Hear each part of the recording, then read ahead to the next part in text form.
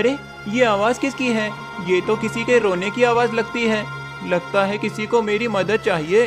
खाना यहीं रख देता हूँ और अभी जाकर देखता हूँ।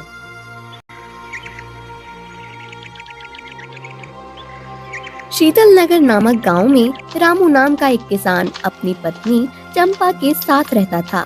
रामू ईश्वर पर आंखें बंद करके भरोसा करता था, इसलिए उसकी किस्मत हमेशा उस पर मेहरबान रहती थी। चंपा, मैं खेत के लिए निकल रहा हूँ। शाम को जल्दी आ जाऊंगा। तुम सारा दिन घर पर अकेली होगी तो बगल में काकी के यहाँ चले जाना। ठीक है रामू, आप बस अपना ध्यान रखना। रामू अब अपने खेत पर चला जाता है। चल रामू, अब जल्दी जल्दी खेतों का काम खत्म कर ले ताकि घर पर जाकर चंपा के साथ वक्त बिता सके। वो बेचारी भी कब तक घर में अकेली बैठी रहेगी। थोड़ी देर बाद हो गया काम खत्म। अरे वाह रामू, काम खत्म होते ही बारिश होने लगी। गांव में सबसे ज्यादा हरी भरी फसल तेरी ही होती है। इधर तू मेहनत करता है और उधर तेरी फसल तैयार। ऊपर वाले तेरे भी किस्से निराले हैं। जिसको देता है तो छप्पर फाड़ कर देता है। जैसे तू मेरी फसलों पर मेहरबान रहता है, वैसे ही अब मुझे एक संतान भी दे दे तो मेरा और मेरी पत्नी का अकेलापन दूर हो जाएगा। रामू की किस्मत हमेशा उस पर मेहरबान रहती थी। उसकी फसलें गांव में सबसे अच्छी होती थी, जिसे देखकर गांव के कुछ लोग उससे जलते थे। एक दिन अरे इसकी फसलें तो बहुत ही हरी भरी और घनी होती हैं। ऐसा करता हूँ, मैं इसके खेतों में जंगली हाथी छोड़ देता हूँ। जंगली हाथी इसकी फसल को खराब कर देंगे। अगले दिन हाँ, ले आया मैं हाथी। अब होगी इसकी फसल बर्बाद। अरे अरे अरे, ये क्या? ये हाथी तो रामू के खेतों में जाने की बजाय मेरे खेतों में जा रहा है।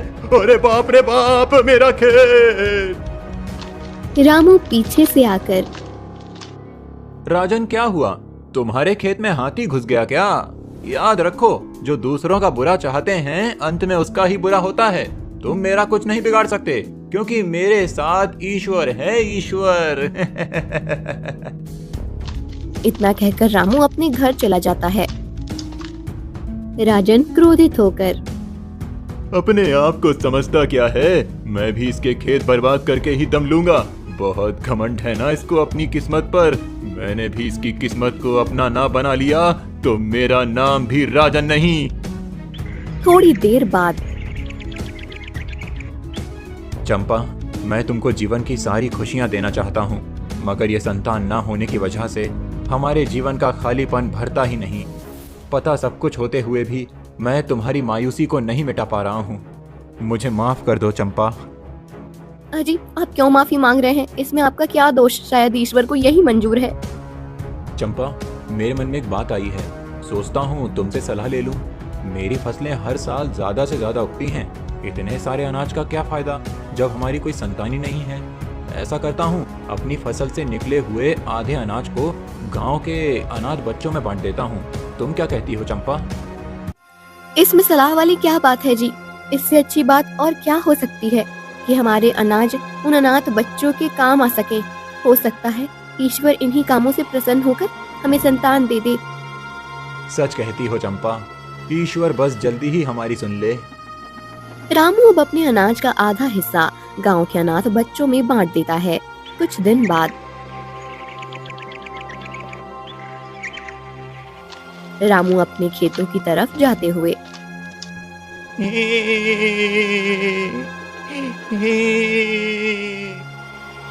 अरे ये झाड़ियों में किसके रोने की आवाज आ रही है?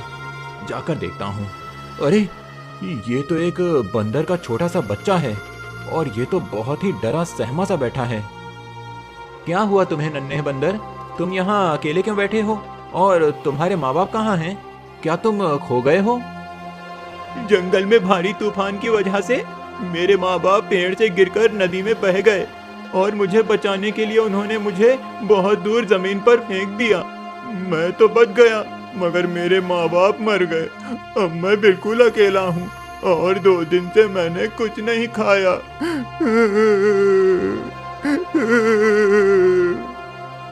अरे अरे अरे नन्हे बंदर, इस तरह रोते नहीं। तुम मेरे साथ चलो, मैं तुम्हें खाना भी खिलाऊंगा और तुम्हें हमेशा के लिए अपने साथ रख लूंगा। बोलो, चलोगे मेरे साथ? बनोगे मेरे बेटे? हाँ, मैं चलूंगा, मुझे बहुत भूख लगी है। रामू उस नन्हे बंदर को अब अपने घर ले जाता है। ये नन्हा बंदर कहाँ से ले आए जी? और ये कितना डरा हुआ सा लग रहा है। ये मुझे झाड़ियों के पीछे मिला, बेचारा बहुत ही मजबूर था।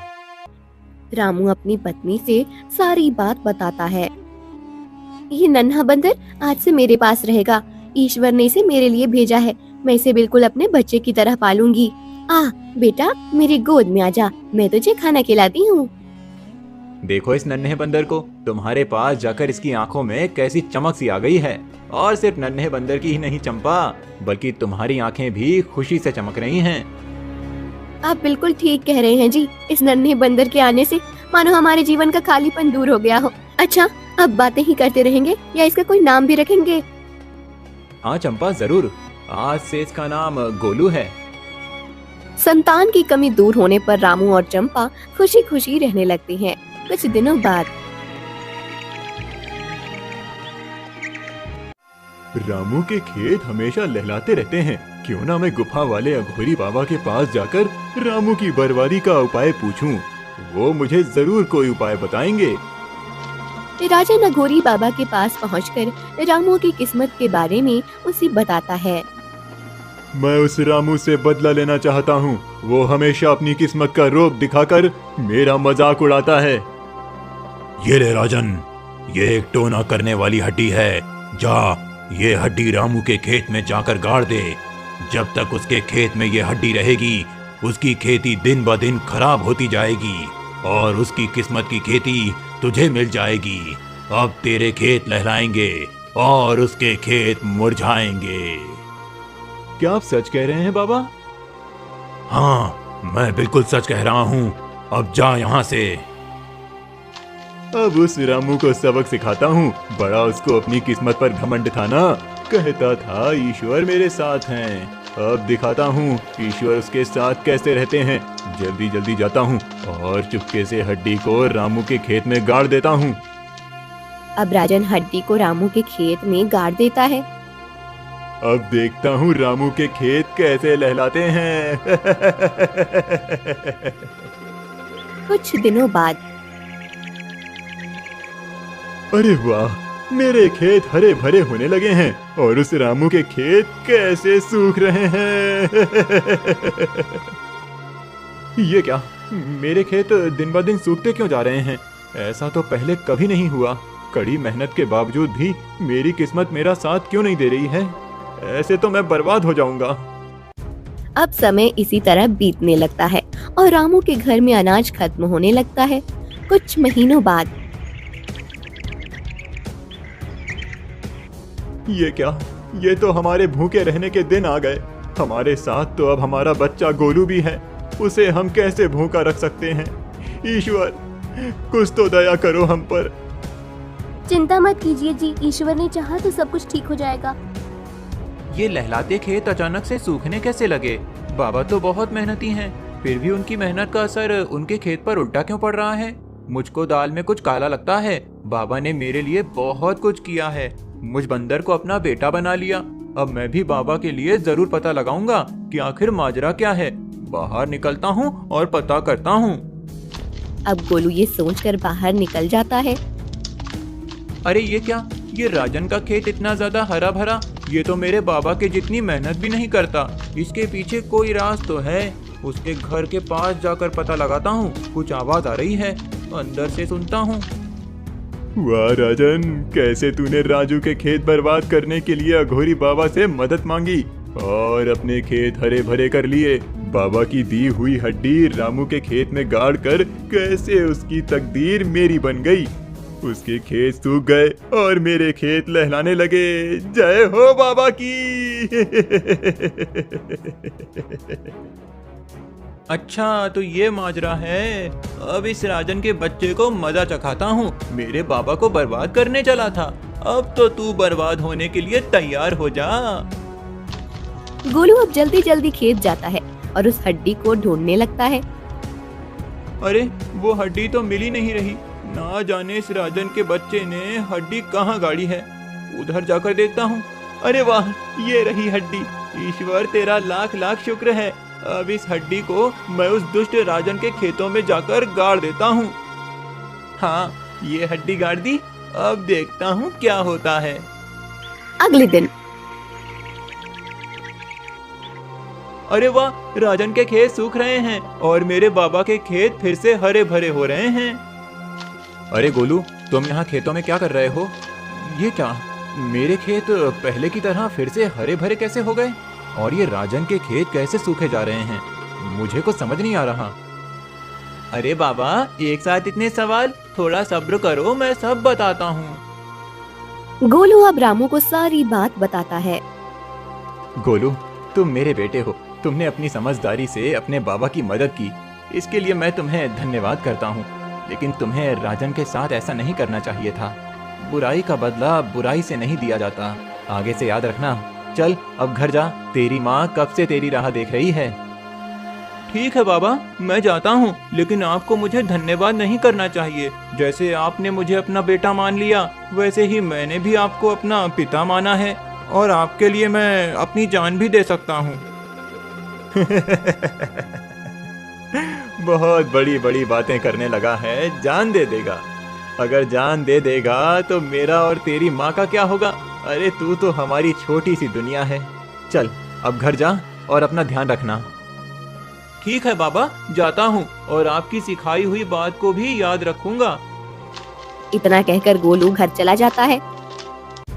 अरे ये क्या, मेरे खेत कैसे सूखे जा रहे हैं? अरे वो उधर रामू के खेत फिर से हरे भरे कैसे हो गए? कुछ गड़बड़ जरूर है। अघोरी बाबा के पास जाकर पूछता हूँ कि आखिर माजरा क्या है। राजन, उस बंदर ने तेरी गाड़ी हुई हड्डी को रामू के खेत से निकालकर तेरे खेत में गाड़ दी है। इसीलिए तेरे खेत सूखे जा रहे हैं और रामू के खेत फिर से हरे भरे हो रहे हैं। उस बंदर की ये मजाल, मेरे खेत में मेरी ही हड्डी गाड़ दी। ये काम उसके अकेले का नहीं है, जरूर उसे ये सलाह उस रामू ने ही दी होगी। मैं रामू को जान से मार डालूंगा, छोड़ूंगा नहीं उसे। गोलू बेटा, ये ले, ये खाने का डिब्बा अपने पिताजी को पहुंचा दे। खाने का समय हो गया है, वो भूखे होंगे। ठीक है माँ, मैं अभी जाता हूँ। खाना लेकर अब गोलू घर से बाहर निकलता है।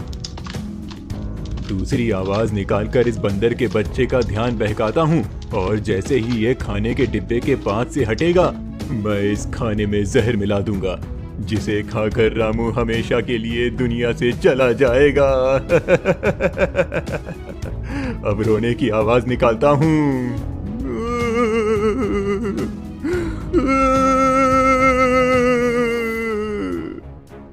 अरे ये आवाज किसकी है? ये तो किसी के रोने की आवाज लगती है। लगता है किसी को मेरी मदद चाहिए। खाना यहीं रख देता हूँ और अभी जाकर देखता हूँ। गोलू के जाते ही राजन चालाकी से खाने में जहर मिला देता है और फरार हो जाता है। अरे यहाँ तो कोई भी नजर नहीं आ रहा है। ना जाने कौन रो रहा था, किसकी आवाज थी जो मुझे सुनाई दे रही थी। यहाँ तो दूर दूर तक कोई नजर नहीं आ रहा है। या तो ये किसी की शरारत हो सकती है, या तो ये मेरा भ्रम हो सकता है। चलो अब बाबा के पास चलता हूँ, वरना माँ को पता चल गया कि मैं अब तक बाबा के पास नहीं पहुँचा तो मेरे कान खींचेगी। गोलू रामू के पास पहुंचकर, ये लो बाबा, खाना खा लो। माँ ने तुम्हारे लिए गर्मा गर्म खाना भेजा है। तुम्हें भूख लगी है ना? चलो फटाफट से खाना खा लो। अरे तू आया, क्या खाना लेकर आया है? अरे तू क्यों चला आया? मैं खुद ही आ जाता खाना खाने के लिए। अभी तो तू छोटा है, इतने बड़े बड़े काम मत किया कर। अरे बाबा, मैं तो तुम्हारी नजर में हमेशा छोटा ही रहूंगा। तुम्हें नहीं पता कि मैं अब क्या क्या कर सकता हूँ? पता है, मैं तो तुम्हारे लिए अपनी जान भी दे सकता हूँ। चुप कर, बहुत बोलने लगा है तू। आज के बाद अगर तूने मरने की बात की तो मैं तुझसे कभी बात नहीं करूंगा। अच्छा नहीं करूंगा। मेरे प्यारे बाबा, नाराज क्यों होते हो? तुम नाराज होते हुए बिल्कुल भी अच्छे नहीं लगते। चलो चलो अब जल्दी से मुस्कुरा दो। मेरे अच्छे बाबा, चलो अब जल्दी से खाना खा लो। रामू जैसे ही खाना खाने के लिए डब्बा खोलता है रुको बाबा, इसे मत खाओ। मुझे ऐसा लग रहा है जैसे खाने में कुछ मिला है। इसमें से कुछ अजीब सी महक आ रही है। अरे गोलू, अब इस खाने में घी के सिवा क्या मिला होगा? ये तो तेरी माँ ने ही बनाकर भेजा है ना। तू भी ना। मुझे भूख लगी है, खाना खाने दे मुझे। अगर ऐसा है तो पहले इस खाने को मैं खाकर देखता हूँ। जो भी होगा मुझे होगा। नौटंकी कहीं का। अगर भूख लगी है तो खाना खा ले। इतना नाटक करने की क्या जरूरत है? जो होगा मुझे होगा। लाओ बाबा, मैं खाना चखकर देखता हूँ। गोलू खाना खाकर बाबा, बाबा, मेरे पेट और गले में बहुत दर्द हो रहा है। क्या हो रहा है बाबा? ऐसा लग रहा है मेरा दम घुट जाएगा। क्या हुआ रामू? रामू बेटा, देख तू फिर से नौटंकी कर रहा है ना। देख, ऐसा मत कर, तेरे बाबा का जी बैठ जा रहा है। तुझे भूख लगी है ना तो ये सारा खाना खा ले, मगर ऐसा मजाक मत कर बेटा। बेटा, बेटा उठ जाना, उठ जा बेटा। बाबा, बाबा, बाबा। अब गोलू के मुंह से खून की उल्टी होने लगती है। गोलू बेटा, ये क्या हो गया तुझे? इस खाने में जहर था। इस बात का अंदाजा लगाकर तूने मुझे बचाने के लिए खुद की जान दांव पर लगा दी। चल रामू बेटा, मैं तुझे जल्दी से वैद्य जी के पास ले चलता हूँ। तुझे कुछ नहीं होगा, मैं तुझे कुछ नहीं होने दूंगा। चल बेटा, चल।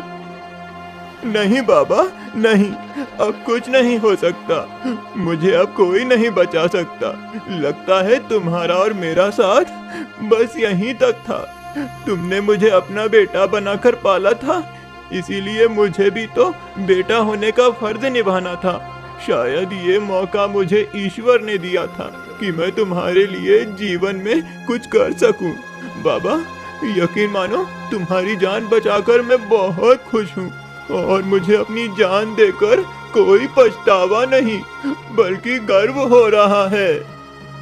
गोलू बेटा, ऐसा मत कहे, तू मेरी जान है। तेरे बिना मैं और तेरी माँ कैसे रहेंगे? ऐसा मत कहो बाबा, तुम माँ का ध्यान रखना। अगर तुम्हारा अपना बेटा होता मेरी जगह तो वो भी यही करता। अरे बेटा, तूने जो किया है ये तो इंसानों के सगे बेटे भी नहीं करते। तू तो हम इंसानों से भी ज्यादा वफादार निकला। राजन ये सब पेड़ के पीछे से छुपकर देख लेता है और पछताते हुए दौड़ कर आता है। मुझे माफ कर दो रामू, खाने में जहर मैंने मिलाया था ताकि तुम उसे खाकर मर जाओ। तुम्हारी किस्मत और तुम्हारे लहलाते खेत मुझसे देखे नहीं जाते थे, लेकिन मुझे इस बंदर की वफादारी देखकर अपने ऊपर शर्म आने लगी है। ये जानवर होकर इंसानों से ऊपर गया और मैं इंसान होकर हैवान से भी गिरा हुआ बन गया। मुझे माफ कर दो। रो मत राजन चाचा, मुझे इस बात की और भी खुशी है कि मैं जाते जाते आपको भी बदल कर जा रहा हूँ। याद रखो राजन चाचा, कभी भी किसी की कामयाबी देखकर मत जलो। अगर कामयाबी खुद के लिए भी चाहते हो तो ईश्वर से मांगो, क्योंकि देने वाला और लेने वाला दोनों वही है। इतना कहकर गोलू दम तोड़ देता है। गोलू मेरे बेटे, तूने ये क्या किया? तू तो मजाक में कहता था जान देने को, मगर आज तूने सच में अपने बाबा के लिए अपनी जान दे दी। अब मैं तेरी माँ को क्या जवाब दूंगा? चलो रामू भैया, गोलू को घर ले चलते हैं। इसका अंतिम संस्कार भी तो करना है। अब दोनों मिलकर गोलू को घर लेकर जाते हैं। ये सब क्या हो गया जी? मेरा बच्चा, मेरा बच्चा। चुप हो जाओ चंपा, मैं तुम्हें बताता हूँ कि कैसे तुम्हारे बेटे ने मुझे बचाने के लिए खुद अपनी जान दे दी। रामू चंपा को अब सारी बात बताता है। मेरे बच्चे, तूने तो आज मेरी परवरिश का कर्ज अपनी जान देकर अदा किया। अपने बाबा की जान बचाकर तूने आज मेरा सर गर्व से ऊंचा कर दिया। गोलू मरते मरते अपनी वफादारी का सबूत दे जाता है। मरने के बाद भी उसकी वफादारी गांव वाले के लिए एक सबक बन जाती है। राम के गांव में अंबर नाम का चालाक व्यक्ति रहता था। उसके जीवन का एक ही मकसद था, कैसे भी करके ज्यादा से ज्यादा पैसे कमाना। जब भी वह किसी धनवान व्यक्ति को देखता था तो उससे धनवान बनने का रास्ता पूछने लगता था। एक दिन अंबर घर से खेतों की तरफ जा रहा था, तभी उसे अपना एक पुराना मित्र दिखाई दिया। अरे रे गोपाल, बहुत दिनों के बाद दिखाई दे रहे हो मित्र। अब तो तुम्हारी वेशभूषा भी बदल चुकी है। क्या बात है, क्या बात है, मुझे भी तो बताओ।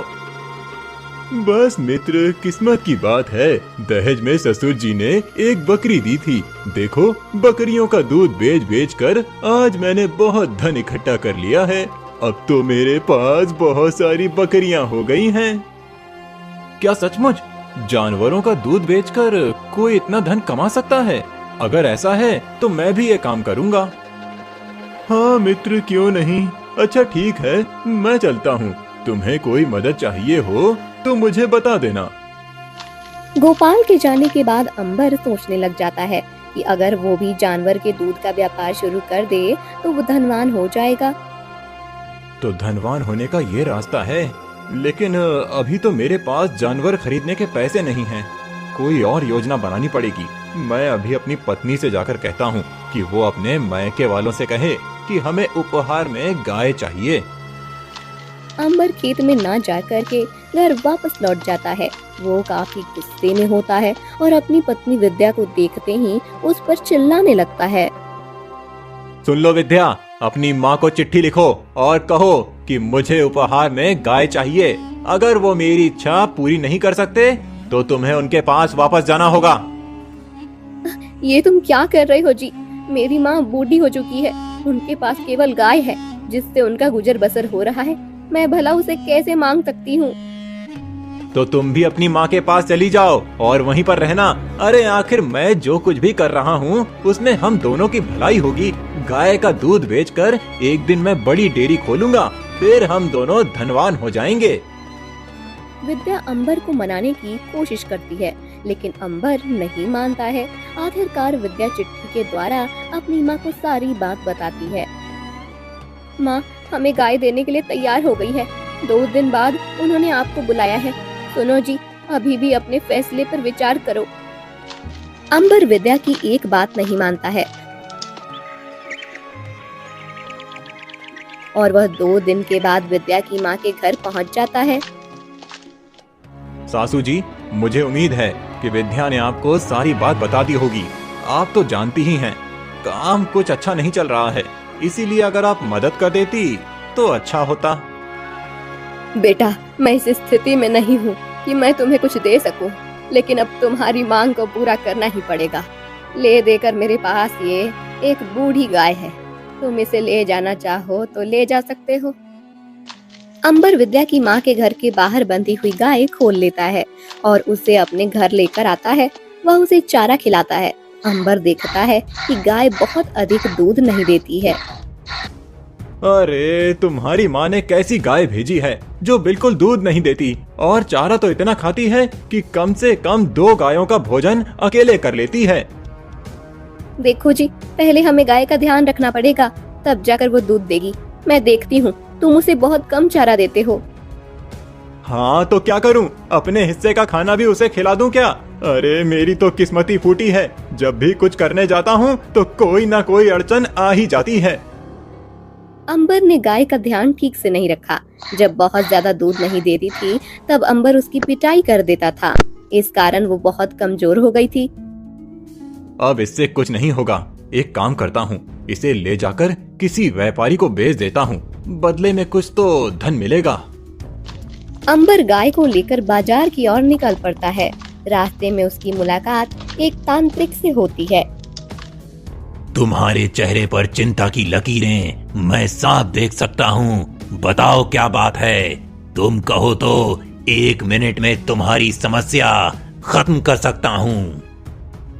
क्या बताऊं बाबा, गरीबी से परेशान हूँ। एक गाय लेकर आया था कि ये दूध देगी और इसका दूध बेचकर धनवान हो जाऊंगा, लेकिन ये भी निकम्मी निकली। इसे बाजार में बेचने के लिए जा रहा हूँ।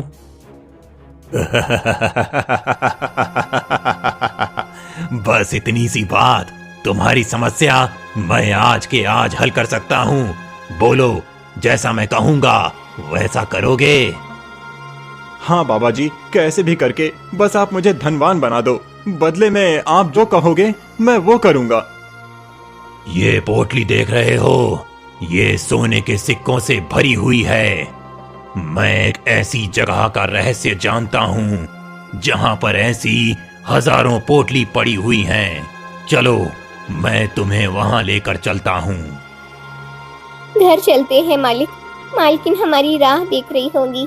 मुझे ये आदमी कुछ ठीक नहीं लगता। अरे तू चुप कर, इतनी मुश्किल से धनवान बनने का रास्ता मिला है, मैं इसे ऐसे नहीं छोड़ सकता। चल तुझे इस पेड़ से बांध देता हूँ, वापस आते समय तुझे घर लेकर जाऊंगा। अंबर गाय को पेड़ में बांध देता है। तांत्रिक अंबर को पूरी योजना बताता है और उसे लेकर एक गुफा के पास जाता है। देखो, मैं एक बार इस गुफा का लाभ ले चुका हूँ, दोबारा मेरा इसमें जाना संभव नहीं है। इस गुफा में एक व्यक्ति केवल एक ही बार जा सकता है, इसीलिए अब तुम जाओ। ध्यान रहे, एक पोटली से ज्यादा मत लेना। ठीक है बाबा, आप यहीं पर रहना, मैं अभी जाता हूँ और धन लेकर आता हूँ, फिर हम दोनों आपस में बांट लेंगे। अंबर गुफा के अंदर चला जाता है।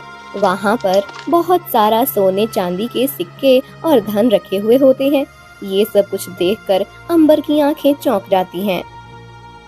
इतना सारा धन!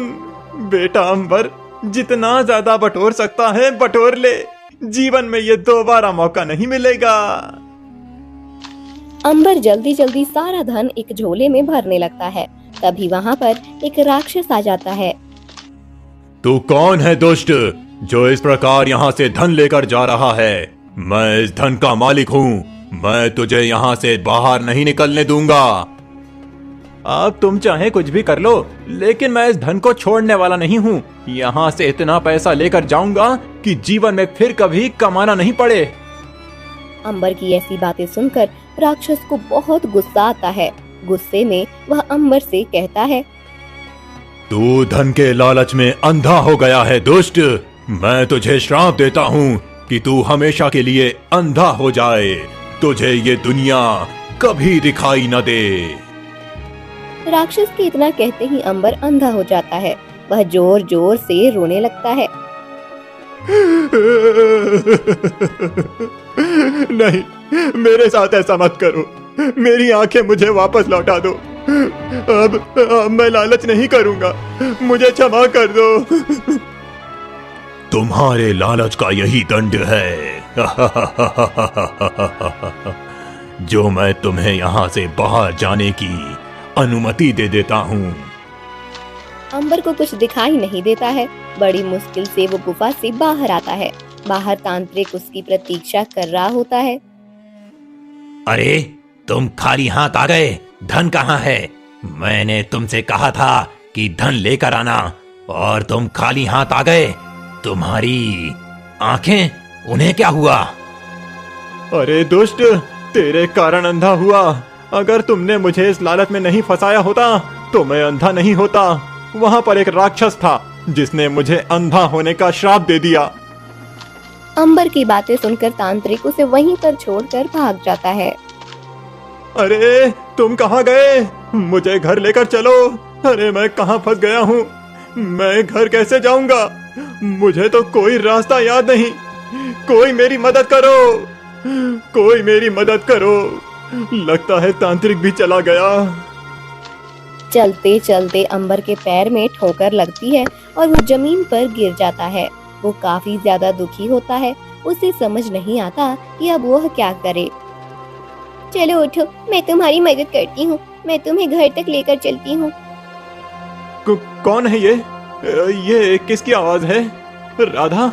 ये तो मेरी गाय राधा की आवाज लगती है। राधा, तुम यहाँ कैसे आई? मैंने तुमसे पहले कहा था कि वो तांत्रिक अच्छा आदमी नहीं है। जरूर वो तुम्हें किसी मुसीबत में डाल देगा। और देखो, मेरा अनुमान सच हुआ। मैं तो तुम्हारा पीछा करते करते यहाँ तक आई। राधा, राधा, मुझे क्षमा कर दो। मैंने तुम्हारी बहुत पिटाई की। तुम यहाँ तक मेरी मदद करने के लिए चली आई। मुझे क्षमा कर दो राधा, मुझे घर लेकर चलो। राधा अंबर को रास्ता बताते हुए घर तक लेकर आती है। विद्या अंबर का ये हाल देखकर हैरान हो जाती है। अरे बोलते क्यों नहीं? ये सब कुछ कैसे हुआ? तू ही बता रहा था, कितना बड़ा हादसा कैसे हो गया? आखिर तुमने ऐसा क्या किया था? अंबर विद्या को पूरी बात बताता है, जिसे सुनकर वो आग बबूला हो जाती है। बस मैं अब तुमसे तंग आ चुकी हूँ। मैं यहाँ 1 मिनट नहीं रुकने वाली हूँ। तुमने अपने लालच में केवल सब कुछ खोया है। पहले मेरी बूढ़ी माँ से उनका सहारा, गाय छीन लिया, और अब लालच में अपनी आंखें भी गवा बैठे। ऐसा मत कहो विद्या, मैं जानता हूँ मैंने बहुत गलतियाँ की हैं, लेकिन अब तू मेरा साथ नहीं देगी तो कौन देगा, बता। मैं अपनी माँ के घर जा रही हूँ। चलो राधा, तुम ही मेरे साथ चलो। इस आदमी के साथ रहने की कोई जरूरत नहीं है। ये अपने लालच में तुम्हें भी बेच देगा। विद्या गुस्से में घर छोड़कर चली जाती है, लेकिन गाय राधा विद्या के साथ नहीं जाती है। वो अंबर के साथ रहकर उसकी सेवा करती है। पानी पानी, कोई एक गिलास पानी पिला दो। अरे मुझे बहुत प्यास लगी है, कोई है यहाँ पर? गाय राधा पानी लेकर आती है और अंबर को पिलाती है। एक दिन अंबर और राधा दोनों घर के बाहर बैठे होते हैं। तभी गांव के कुछ लोग अंबर का हाल चाल पूछने आते हैं। मैंने सुना तुम्हारी दोनों आंखें एक साथ चली गईं। आखिर ये सब कैसे हुआ? बताओ, क्या तुम किसी हादसे का शिकार हो गए थे? अंबर गोपाल को पूरी बात बताता है। वह सोचता है कि मित्र होने के नाते शायद गोपाल उसकी थोड़ी मदद कर दे, लेकिन गोपाल उसकी कोई मदद नहीं करता। सच कहा है किसी ने, लालच बहुत बुरी बला होती है। तुम्हें क्या लगता है धन कमाना इतना आसान है? अब तो तुम्हारी दोनों आंखें भी चली गईं। इतनी लंबी जिंदगी कैसे गुजारोगे? अरे भाई, सुना है उसकी पत्नी भी घर छोड़कर चली गई। बेचारा किस्मत का मारा। लेकिन सच कहूँ तो लालच तो उसने किया है और उसी का परिणाम है ये। हाँ भाई हाँ, अब हम अपने बच्चों को इसका ही उदाहरण देंगे ताकि वो लालच से दूर रहें और इसकी तरह अंधे न बने। गांव के लोग अंबर का खूब मजाक उड़ाते हैं और सब वहां से चले जाते हैं। अंबर को बहुत दुख होता है, लेकिन राधा अंबर का पूरा साथ देती है। तुम बिल्कुल चिंता मत करो मालिक, एक दिन तुम पूरी तरह ठीक हो जाओगे। देखना, तुम्हारी आंखें वापस आ जाएंगी। एक दिन राधा रास्ते से गुजर रही थी, तभी उसकी मुलाकात विद्या से होती है। विद्या राधा गाय को देखकर भावुक हो जाती है। राधा, अरे ओ राधा, बताना कैसे हैं वो? सच कहूँ तो मेरा भी उनके बिना मन नहीं लगता, लेकिन उन्होंने ऐसी गलती की कि जिसके बाद मैं उन्हें क्षमा नहीं कर पा रही हूँ। देखो, उसे गलती का एहसास है। वो पश्चाताप की अग्नि में जल रहा है। उसकी आंखें चली गई हैं। तुम्हें उसका साथ देना चाहिए और तुम उसे छोड़कर घर बैठी हो।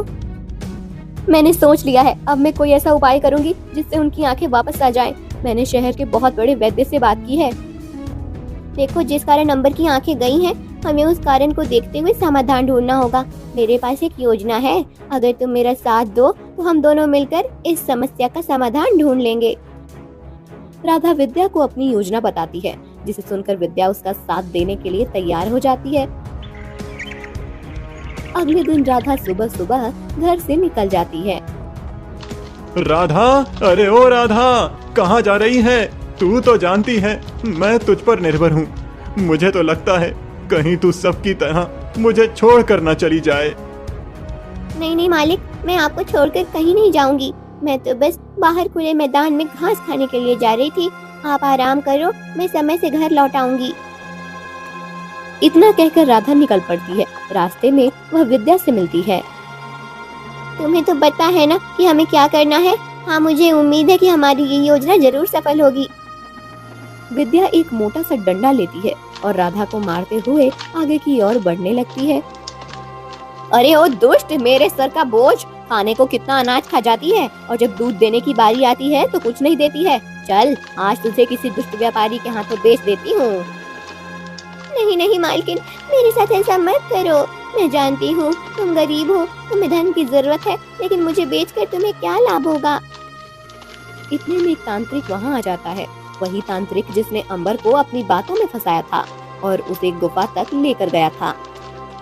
देखो देखो, ये वही तांत्रिक है जिसने अंबर को फंसाया था। हमें ऐसे ही आगे बढ़ते रहना है, उसे बिल्कुल पता नहीं चलना चाहिए कि हम कौन हैं। इस प्रकार विद्या और राधा दोनों अभिनय करते हुए तांत्रिक के सामने जाती हैं। बेटी, मैं तुम्हारा चेहरा देखकर बता सकता हूँ कि तुम्हारे जीवन में अपार धन है, लेकिन कुछ अड़चने हैं जिसके कारण वो धन तुम तक नहीं पहुँच पा रहा है। बाबा जी, सबसे बड़ी अड़चन तो ये दुष्ट गाय है। जब से मेरे घर में आई है तब से कुछ ठीक नहीं हो रहा है। मैं तो इसे बेचने ले जा रही थी। बेटी, ये देखो सिक्कों से भरी हुई पोटली। अगर तुम्हें बहुत सारा धन चाहिए तो मैं तुम्हारी सहायता कर सकता हूँ।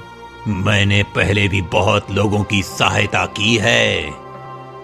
आपका बहुत बहुत धन्यवाद बाबा जी। जल्दी से मुझे वो रास्ता बताइए जिससे मैं भी धनवान बन सकूं। मैं बहुत गरीब हूँ, कृपया करके मुझे सहायता दीजिए। तांत्रिक विद्या को उस गुफा के बारे में बताता है और उसे लेकर गुफा के सामने जाता है। गुफा के अंदर खजाना भरा हुआ है। जितना धन चाहें यहाँ से ले जा सकती हो। ध्यान रहे, जो कुछ भी लेकर आना उसमें मैं भी हिस्सेदार रहूंगा। लेकिन बाबा जी, आप खुद चलकर क्यों नहीं धन ले लेते? आप भी मेरे साथ चलिए, हम दोनों मिलकर वहाँ से बहुत सारा सोना चांदी निकाल लेंगे। बेटी, इस गुफा में केवल एक बार जाया जा सकता है। मैं पहले भी जा चुका हूँ, इसीलिए दोबारा मुश्किल है। तुम जाओ और धन लेकर आओ। ठीक है बाबा, आप कहते हैं तो मैं जाती हूँ, लेकिन मैं इस गाय को भी अपने साथ लेकर जाऊंगी। तांत्रिक की बात मानते हुए विद्या गाय के साथ गुफा के अंदर चली जाती है। वो वहाँ जाकर किसी प्रकार का लालच नहीं दिखती है, बल्कि राक्षस की प्रतीक्षा करती है। तुम कौन हो और यहाँ पर क्या कर रही हो? मैं यहाँ किसी धन के लालच में नहीं आई हूँ, बल्कि वो रहस्य जानना चाहती हूँ जिससे मेरे पति की आंखें छिन गई। बेटी, यहाँ पर बहुत से मनुष्य आए, लेकिन कोई अपने लालच पर काबू न रख सका। तुम और तुम्हारी गाय इतने पवित्र हो, इस कारण मैं तुम्हारा ये रहस्य बताता हूँ। दरअसल तांत्रिक लोगों को बहला फुसलाकर इस गुफा में लेकर आता है, पर फिर जब वो लालच करते हैं तो मैं उनकी आंखें छीन लेता हूँ। ऐसा करने से तांत्रिक की शक्तियाँ बढ़ जाती हैं। हमें ये बताओ, तुम उसके कामों में उसका साथ क्यों देते हो? तुम्हें ये कार्य नहीं करना चाहिए। मैं एक श्रापित राक्षस हूँ। उसने मुझे अपनी शक्तियों से कैद कर लिया है और मुझे उसका काम करना ही होगा। अगर तुम लोग मुझे यहाँ से बाहर लेकर चलो तो मैं आजाद हो जाऊंगा और उस तांत्रिक को खत्म कर दूंगा। इस गुफा में मेरी शक्तियाँ काम नहीं करती। विद्या और राधा दोनों राक्षस को लेकर गुफा के बाहर आती हैं, जहां तांत्रिक उनकी प्रतीक्षा कर रहा होता है। राक्षस को देखकर तांत्रिक को डर लगने लगता है। अरे, इसे बाहर क्यों लेकर आई? इसे जल्दी से अंदर कैद करो, नहीं तो ये सबकी जान ले लेगा। इसे कैद करो, जल्दी कैद करो इसे। राक्षस तांत्रिक को खत्म कर देता है। राक्षस के एक बार से तांत्रिक समाप्त हो जाता है और उसकी सारी शक्तियाँ भी समाप्त हो जाती हैं। तुम लोग चिंता मत करो, तांत्रिक अब समाप्त हो चुका है। मैंने जितने लोगों की आंखें चुराई थीं, मैं अब सब वापस कर देता हूँ। तांत्रिक के खत्म होते ही सबकी आंखें वापस आ जाएंगी। सचमुच ऐसा ही हुआ। अंबर की आंखें वापस आ गई।